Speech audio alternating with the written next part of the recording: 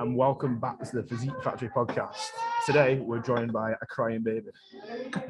It sounds like it, and it's not mine. Yeah, so a little bit of a weird setup today. So me and Nick are sat in a coffee shop in the middle of Rochdale, which is pretty busy, and Connor's sat on the beach somewhere. Yeah, Barbados. Looking for some. Yeah, it's lovely here, actually. You know, I can just hear the waves crashing behind me. I mean, you can't hear it on the audio for some reason, but I can see them in my video, and that's the main thing. And the palm trees, of course. A little bit of wind, actually. A little bit of wind. Cool. What were we even discussing today? This is just random. We've not got anything planned. This was literally, let's get back in the podcast and actually talk about something, because we've not been in the podcast since our podcast with Michael, and Michael obviously came on with a lot of wisdom. So we thought, who else has a lot of wisdom? Let's bring someone else with a lot of wisdom on. So we brought Nick on. that was the idea. So yeah, I mean, what have you guys been up to? Where's everything at with your training? Let's start with that. Well, Nick's been training on his house pretty much. I've not even seen him in the gym. Nick Broom renovations. What's training? That's training. What's that training thing again? To be fair, what we did the other day was get a big fucking, what was it? How much did it weigh, that thing? Oh, that was a lot. A massive rock. It was like 250 kilograms, big rock thing. It was 5'3" tall. Tall as you, really. Yeah, almost as tall as me. Wow. So maybe it only weighed like 70 kilos then. No, it was a fucking dense motherfucker. Where was this rock? Outside his house, his door. It was to go on the base of my fireplace. All right, okay, yeah, so like a half tone sort of thing. We wrestled with it for an hour and a half, and then me and my pal went back the next day without Jimmy because we couldn't get it in. And then when he disappeared, we got it in. Yeah, with a fucking crane that picked it up and just plonked it in. Yeah. This is why you guys need me down there, because I've got the building experience. I could have helped you out with that. Oh, shit, there was no way you were getting that stone in the house. To be fair, even 4 people, there was no chance. It was just like the massive slab. It was so unstable. It was impossible. Yeah. That's what we've moved on to here at Physique Factory. It's no longer a Physique Factory. It's now renovations. Well, the only reason I asked him to come along was so he could do some kind of calculation and figure out how to get it in. Yeah, I was working out all the physics and the moment arms behind it. You just stood there like... No, I give it a go and I was like, fucking hell, it's quite heavy this. If you maybe change your force angle, though, you might be more efficient at moving That's what was going on. And then I was gonna band it at one point as well. Yeah. Reverse band it was his idea to fucking bring daisy chains. We'll get the daisy chain from the gym. We'll pull it up and we'll pull it in. That's not a bad idea, to be fair. Yeah, they take a lot of weight, don't they? Yeah, definitely. Are they not meant for like climbing, like daisy chains? Not like climbing. Yeah, I checked how much weight they could hold, and it's like 300 kilos per loop. Oh, that's decent. You wouldn't think they would actually hold that much. That's a lot. It's crazy, isn't it? Yeah, because there's a lot of loops on them. So what do we want to go into now? Bodybuilding?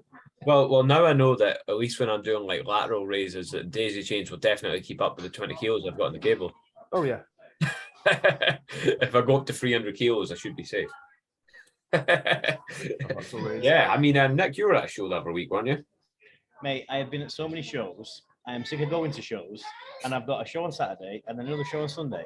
Are you going to that NFM one on Saturday? Yes, it's that Sunday. Yeah. I'm going to that, yeah. Sunday. One of my mates is competing in that, actually, in the classic class. Oh, yeah? Yeah. He's coming home with that 1,500 quid. What? He's coming home with that 1,500 quid for first place. Is that for the overall? I don't know. I asked him about it. I was like, is a cash prize? He's like, yeah, 1,500. I was like, yeah. Yeah, I think, but I don't know whether. So I think they have an amateur show, and then you can win your pro card and whatever. But I don't know. It might be a bit like, I don't know whether it's like a proper thing where if you win your actual class, you can get a pro card like a PCA last week. Yeah. Or if you come like top 3, they might give pro cards out, like a bit like. He got his pro card at the qualifier. Sure. Yeah. He got a pro card there. Yeah, it's some NFM qualifier. So they're very difficult to get. Yeah. What's that? Sorry. They're very difficult to get these pro cards. Apparently, you just show up and then show up. Yeah, well, he's not exactly been boasting about it. Like, I don't think it was like his main sort of show that he was going to do, if you know what I mean. He went and done that amateur Olympia actually in Italy as well. Where did he finish in that? I think he just finished outside the top 5 actually. I think he was 6. All right, well. done all right. He's got a good physique. He does like classic, and he has got like that nice kind of look for classic, if you know what I mean. So Dane, if you're listening, you have a nice look for classic, and he's in the best shape he's ever been in as well, I would say. Or certainly going into that last show, the last time I seen him, he was certainly in the best shape he's been in too. So yeah, he also done that show that like Brandon Hardbody done in London. Fucking hell, yeah, Braywick. I can't remember what he it's placed on that. Two rows. Yeah. Two bros, yeah. Nick fucking hates two bros. Yeah. Yeah. Nick is a 10x athlete though. Yeah, secretly. Use this discount code Nick10 for 10% off. Yeah. Let's not get into that. He's actually wearing a 10x t-shirt right now. What? You're actually wearing a 10x t-shirt right now, aren't you? Well, it's actually a 2X t-shirt. Right, 2XS. Extra small. Yeah, and, do you really want me to start offending people on your podcast? Yeah, no. Feel free. Well, I don't. It depends what we're going for. Well, Can we, what I might say about Mr. JT. Can we put a message out there that we accept no responsibility for anything Nick says, by the way. Yeah. I don't even if any legal matters come, it's sent from me direct. Exactly. And then he'll be out of the country. Like me. That's why I'm in Barbados here. You've upset too many people on Instagram. They're coming for you. I've had to move to Barbados for tax reasons, actually. Oh, fair enough, yeah. Yeah. Right, let's actually talk about some interesting stuff. Well, what have we got? We were talking on our weekly call the other day about something that's quite interesting. And one of my clients had asked, like, when it would be appropriate to start, or when or why you would maybe get someone to do more training days in a week, and like how often should you really be training? That was quite an interesting topic, wasn't it? Yeah, and then I think I pretty much answered that with it depends. Yeah, that's it. which is basically the answer to everything. It literally is. When it comes down to training nutrition, it always is about what's the scenario, what's the person, what's the goal. We almost came up with a list of things overnight though, didn't we? Like, I suppose the first thing you would look at is like how much time you got available, because like I think he'd seen a lot of people online that were training like 6 days a week or whatever, and it's like, yeah, that's great if you're doing fuck all else, but if you've got like a full-time job, you've got like a family or other commitments, it's like training 6 times a week might not be even part of the question for you. Yeah, I think you got to look at where you're at as well. If you're a beginner, where you're at, because obviously when you're starting off, like that higher frequency is going to be better than doing shitloads of volume in one session, because to recover from that amount of volume in one session, it'd just be too difficult. So yeah, I mean that's a consideration in itself. It's like if you're like however many days you're training, whether it's like 3, 4, 5, 6. Do you still hear me? Yeah. Yeah. So I'm saying, like, no matter how many days. Strong wind there in Barbados.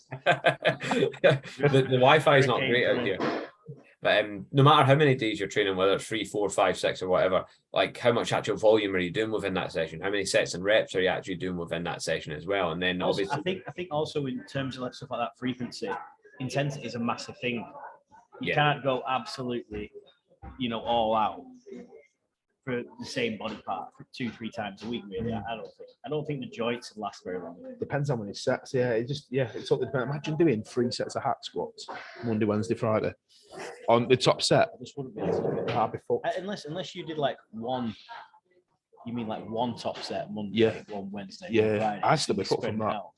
Yeah, because still you've still built up to that. It comes down to the load as well as the intensity.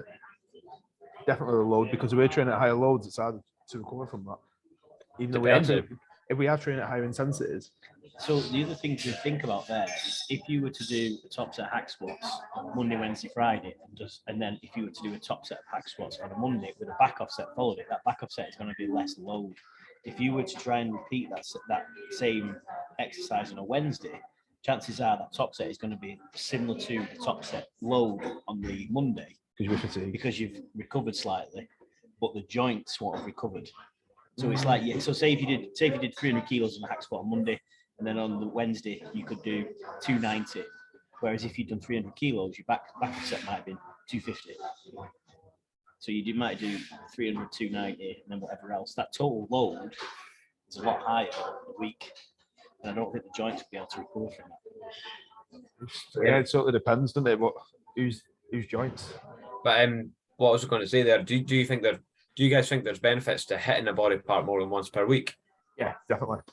Yeah. I'd rather go frequency, just because if you want to get in that amount of volume or to get some decent stimulus, you're not going to say if you just did 1 day a week when you started off with, or if you say, let's say the volume, if we did like, we need to say we did 1 big day of like legs or something like that each week. And then if you're a beginner, it's harder to recover from that much volume in one session. So you want to like spread it out.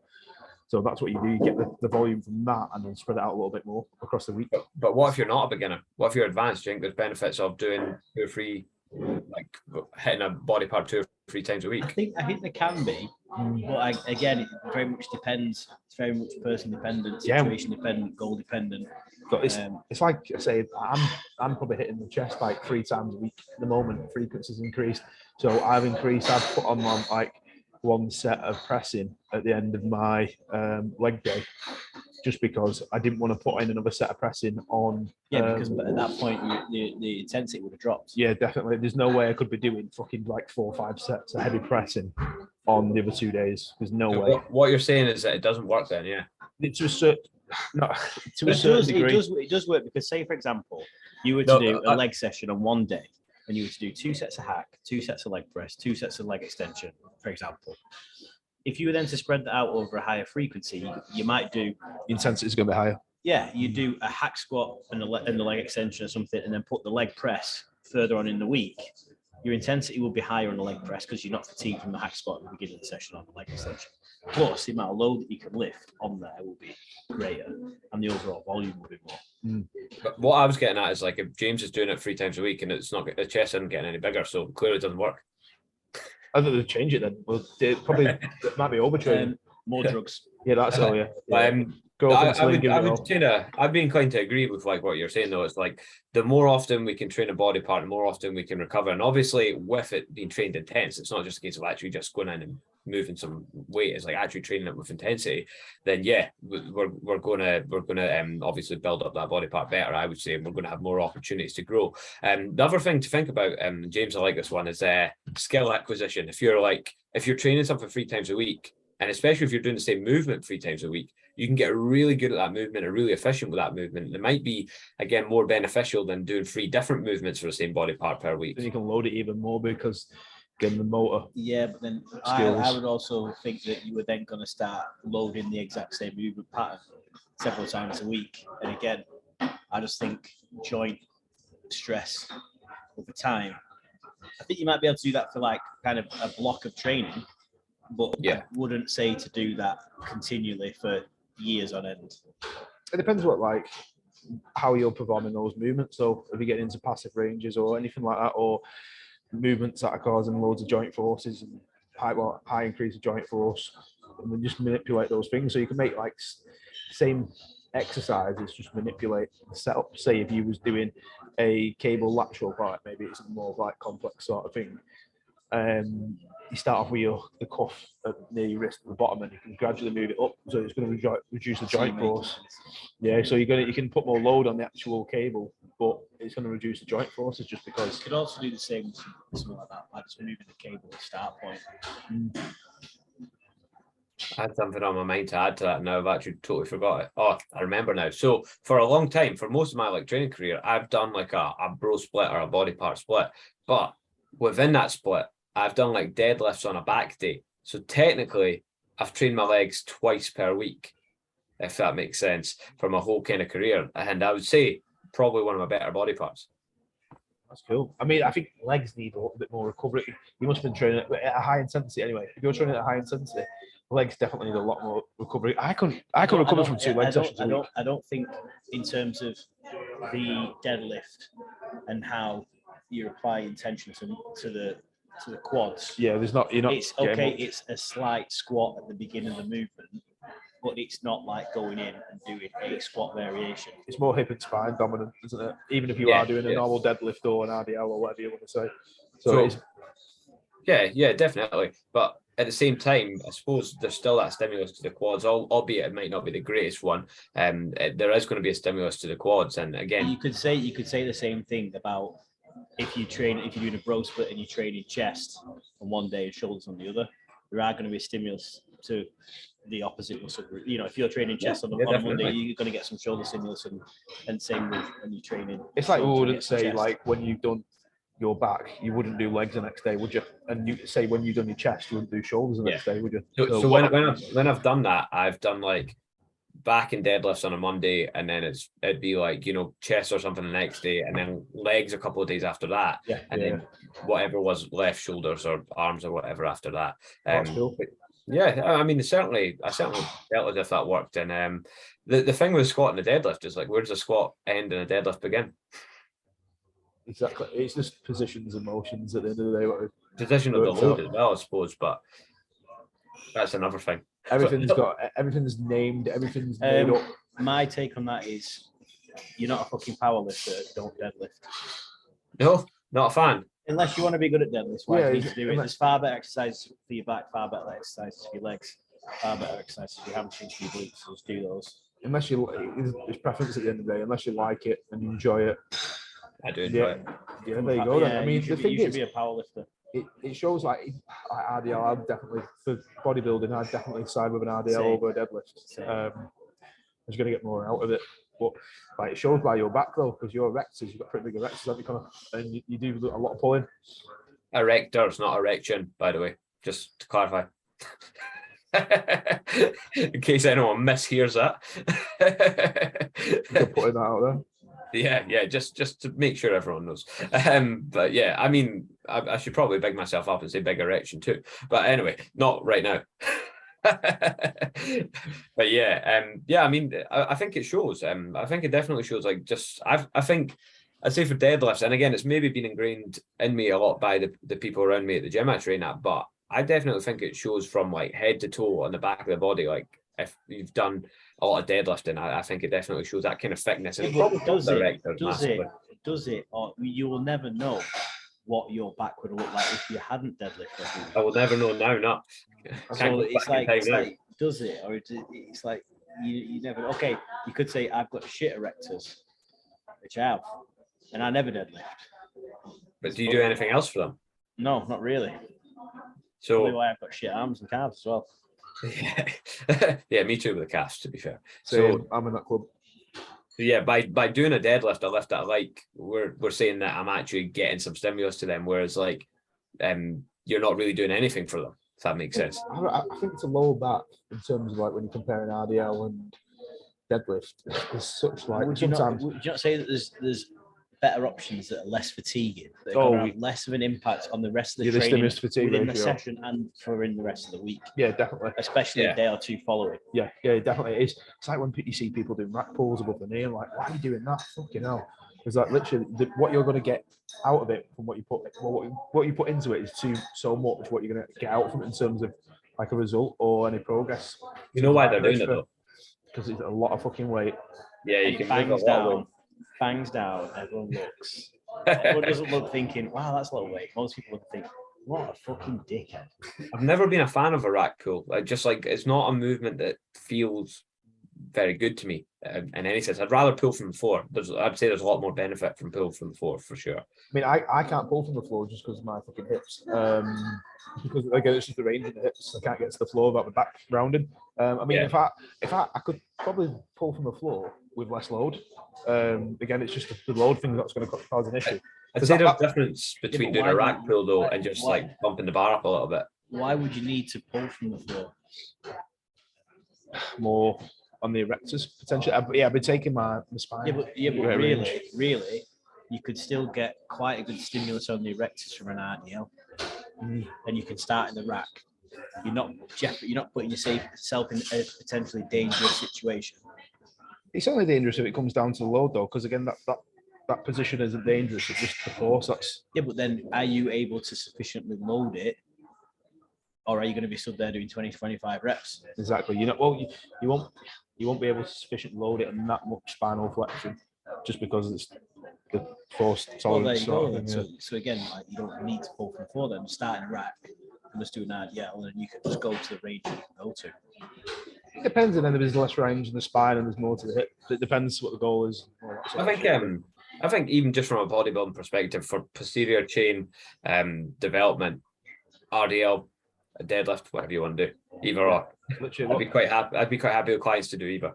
whatever you can stick with and progress. Yeah, and so for you, James, like if you were my client, I would be saying, yeah, well, RDL's maybe more suited to you, but for someone else, it might be, well, let's just pull from the floor. What do you think about a straight leg deadlift? Fucking pointless. I see. Like, I'm all right at RDLs. I don't deadlift anymore because I've bulged this in my back. Straight leg deadlift just seems like a very easy exercise to get wrong. Yes, 100%. Very easy exercise to get wrong and cause yourself some problems. It's like hyperextension in the knees, and it goes down to the range of your hips because you're going to be really, really limited by the range of your hips with that a lot.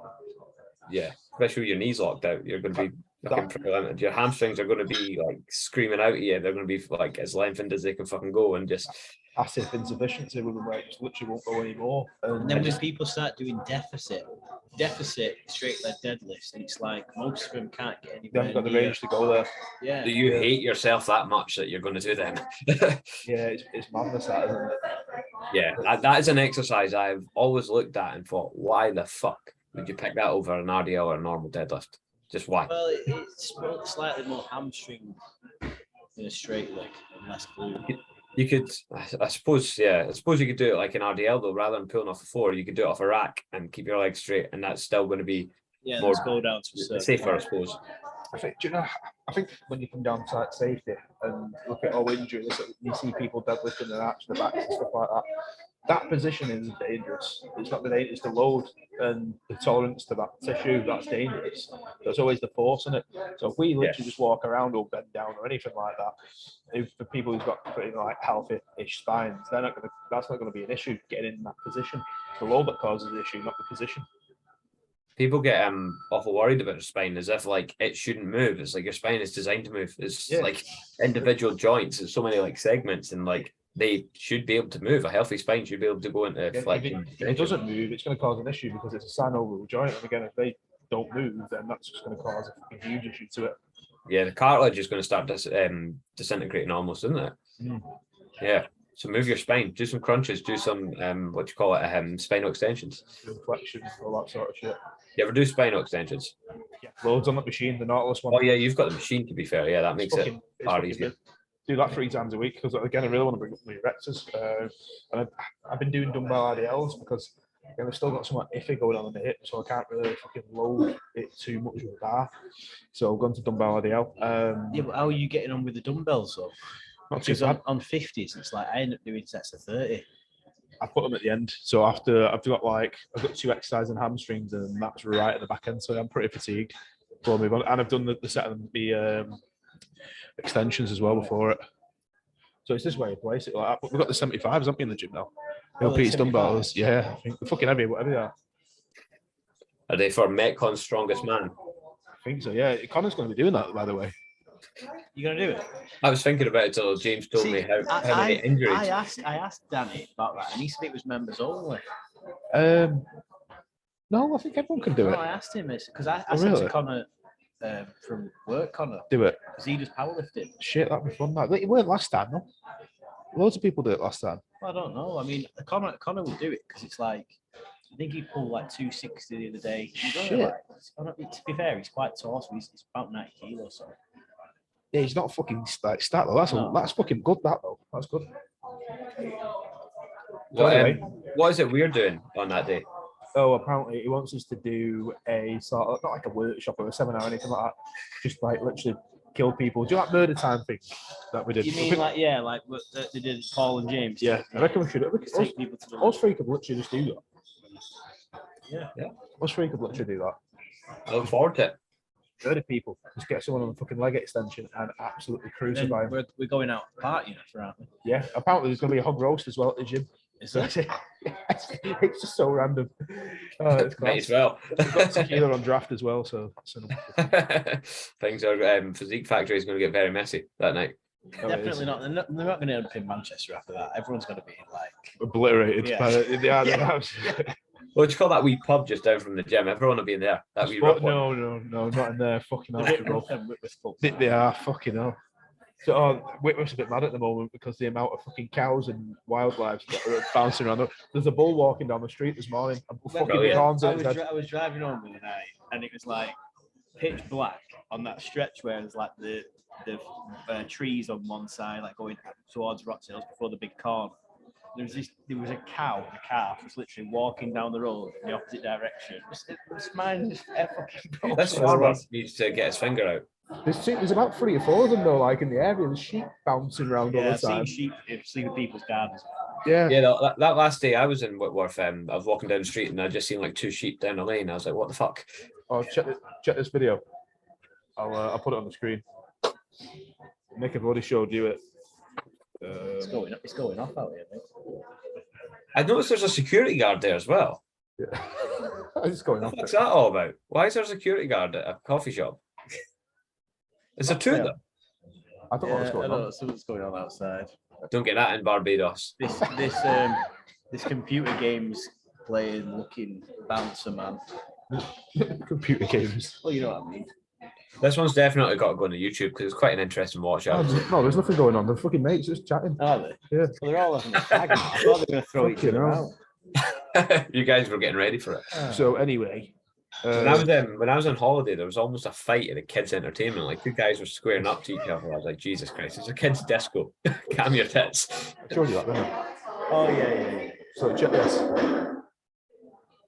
See that? Watch this. Oh, you showed me this as well, yeah. Yeah, I'll just keep it on for everyone on the podcast. So this is where we live, or where I live, pretty much. Any minute now. It's casually going down the street. Any minute now.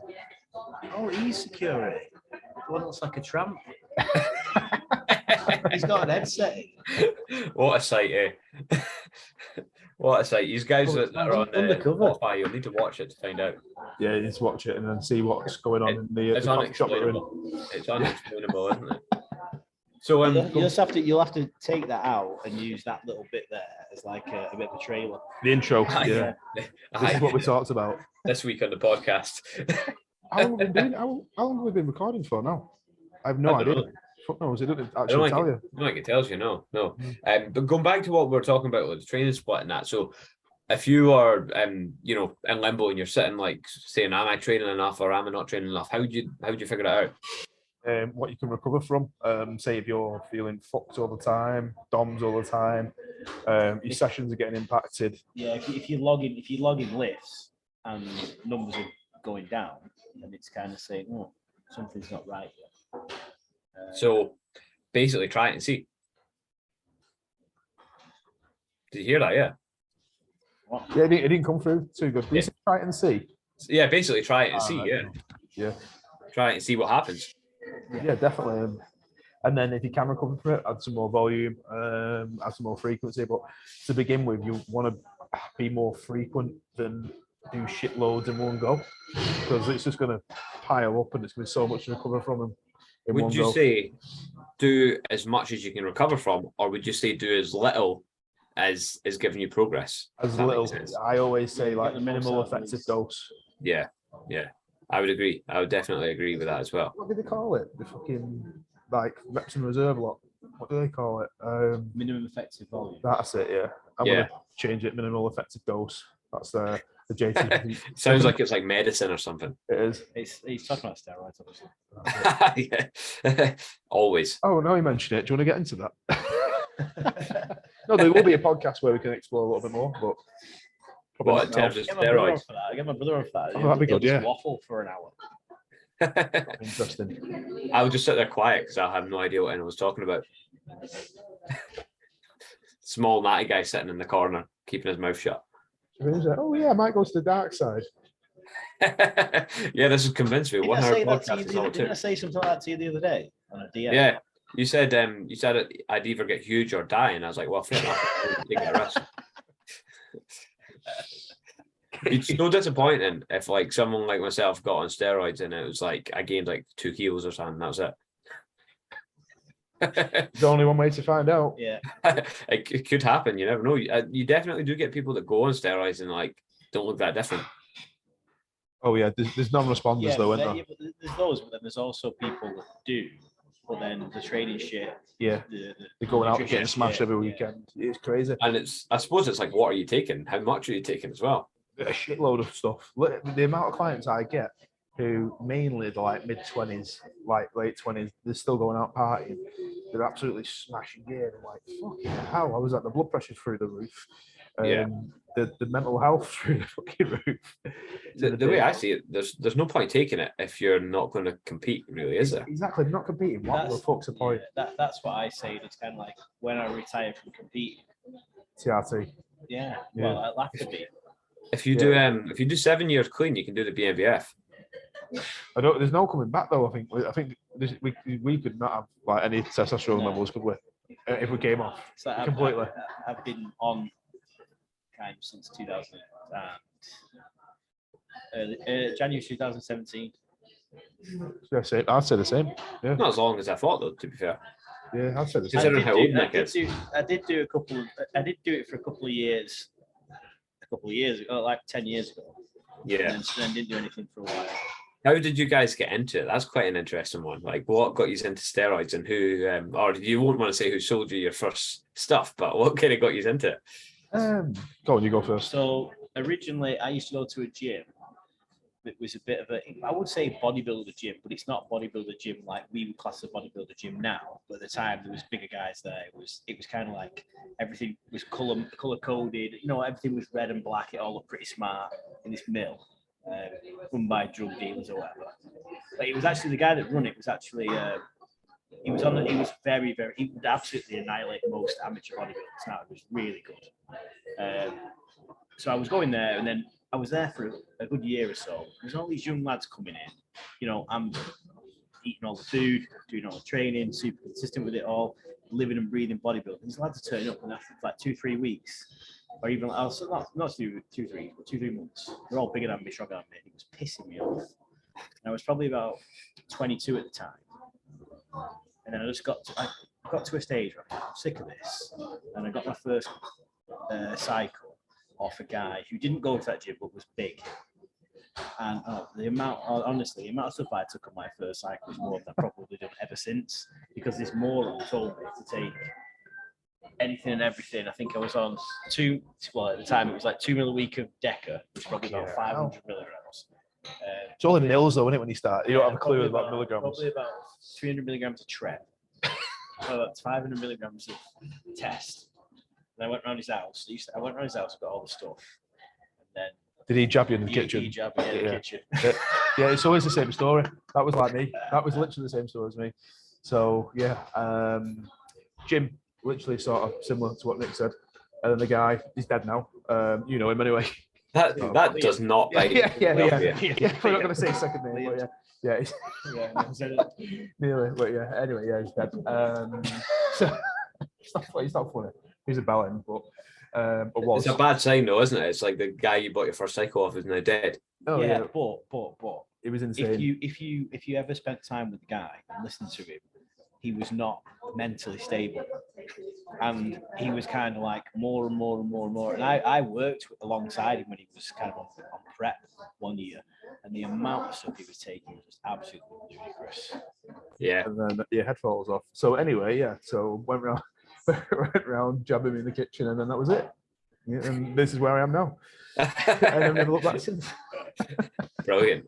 Well, I don't have a first steroid story to tell you guys, unfortunately. Yeah, I mean, with that though, what Nick was saying then, I did like come off and on, and then, but ever since 2017, since I competed for the first time, I've been on ever since, as in like TRT, blasting, cruising, that sort of thing. So it's been. How did you guys learn how to properly do it? Because obviously, when you done it first, like Nick, you said you're taking everything and anything. Like, how did you figure out how to more safely take a cycle? It's only the last 2-3 years, isn't it? I mean, the first when I used to take it back, this was like 2008, 9, 10. It was kind of you would run your cycle, and then you would come completely off, and then you would try and PCT and take all this other stuff to try and get your natural hormones kicking again. I used to have a lot of trouble with like acne and stuff like that on my back, because I suffered from that when I was a kid. So that side effects would go through the roof and gyno and stuff like that. But a lot of those side effects were due to the fact that the cycle was just poorly designed. I was just taking way too much of things that I shouldn't have been, and not enough of other things. But then kind of like fast forward to now, and there's so much more information about it from more of a scientific medical standpoint rather than just bro science. You know, back in the day, it was kind of like you get William Llewellyn's steroid book, handbook. Oh shit, I remember all that. the Yeah. pictures in, and then that tell you the cycles and the side effects of everything, and you're trying to figure it all out from there. Whereas now, it's kind of like you're listening to podcasts and it's all good information out there, and people who actually read the research. Do you remember that book called Break the Code? Break the Code by Chris Wormley, yeah. Yeah. That was another one. Where would you go to learn about it now? Like, I mean, who in particular would you suggest to anyone listening? It's a fair few good people in there to go listen to at the moment. There are, I mean, there's some people that, especially to the safer use models. yeah, you know, people like Victor Black talking about that, and other people have basically just regurgitated what he said and just call it the safer use model, and then people have kind of forgotten where this safer use model originated from, with it being Victor Black. But I think people, that's like anything. Someone comes up with it first, and then everyone starts talking about it, and then it just gets forgotten about where it comes from. That's it. That's when it comes to things like, you know, people say resistance profiles. Loads of people going around talking about that, but they don't have a clue where it's come from. Yeah. Do you know what I mean? So yeah. They ought to find out or they might get sued. Exactly, no, they're gonna get sued if you don't reference. So can we just reference that resistance profile that James says to RTS and Tom Purvis, please? So yeah, I think you know, Victor Black, even though like Joe Jeffrey, you know, he is a smart guy. I might not always agree with some of the stuff he says, but he does talk a lot of sense about it. John Jewett is another person who talks a lot of sense about it. Looking at it more from like a logical perspective, more than emotional, which is what a lot of old school guys will look at it from. Like, you must do this. If you take testosterone, you must take an AI. It's like these emotional thought processes that now, because it's always been that way. Yeah, because that's how we've always done it. Rather than kind of like looking at, well, do we need to do that? Do we need to put in all these extra like drugs to counteract side effects that you might not even be having, but you're taking it anyway just in case? Do you know when you've done the cycle, or in the past when you've done a cycle and you put an AI in there, and then you got your bloods done, they've been massively out for me. But when I got my bloods done last time and I didn't use an AI, or for the last like couple of years I've not been using AI, it's been perfect. I mean, really good, and some other things as well.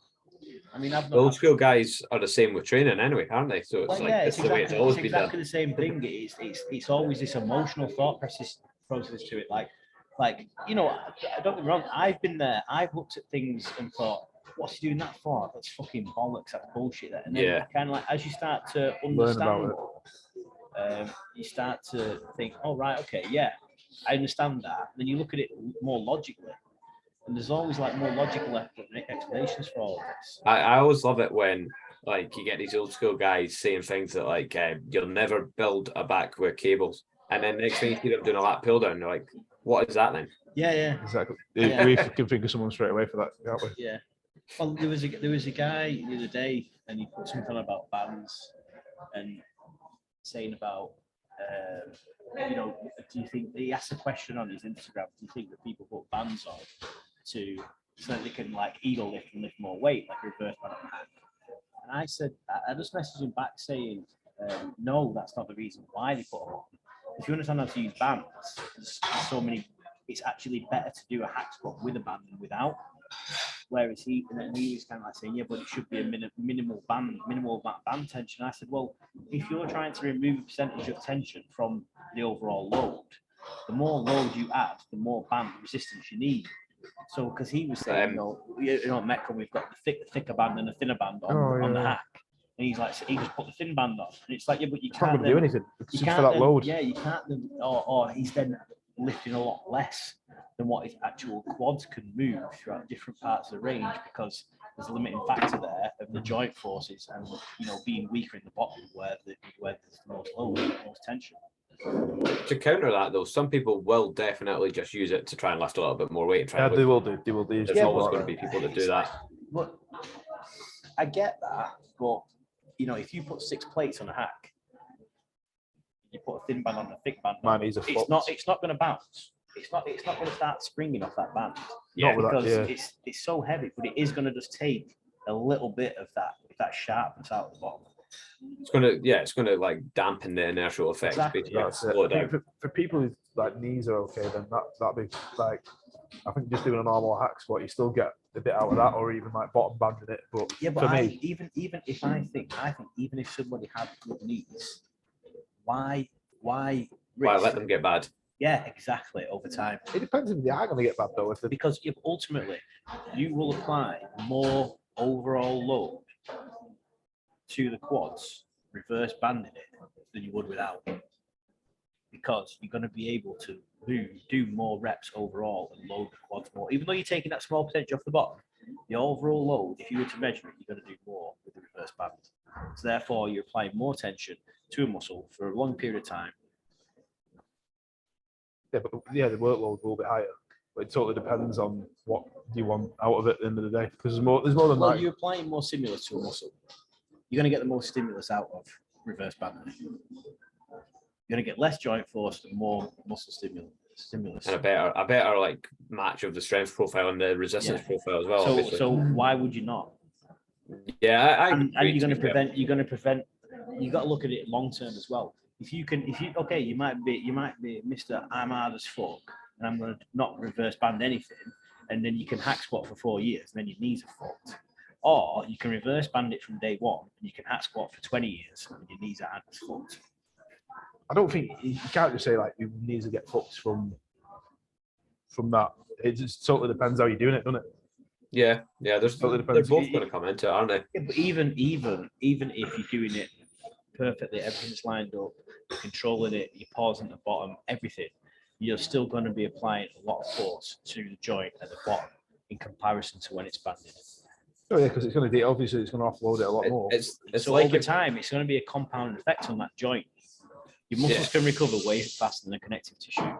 I suppose, James, like if you had a machine in front of you that had a like perfect resistance profile for the muscles that was working, and one that didn't, you'd use the one with a better resistance profile, wouldn't you? 9 times out of 10. But then 9 times out of 10.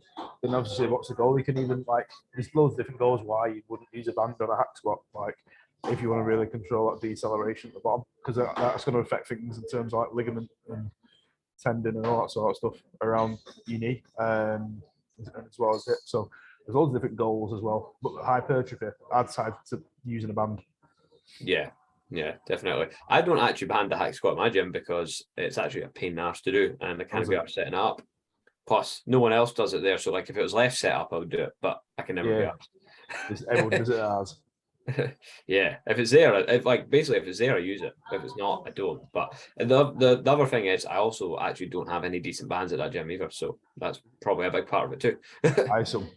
Yeah, I probably will at some point, but I don't care that much at the minute. Cool. Right, do you want to wrap that up? Yes, I need to go get some food, so I'm going to leave. I'll go to the buffet or whatever we've got here. Nice. You can see the hotel in the background, actually. Look, there's a hotel over there. Oh, nice. Stayed at the Riviera. Yeah. Yeah, so I'm going to go back to the pool. I don't know why I've got a jumper on. It's fucking roasting here. Just repping the brand, just so everyone can see it. But yeah, let's wrap it up at that then, guys. Cool. Nice one, guys. Cheers.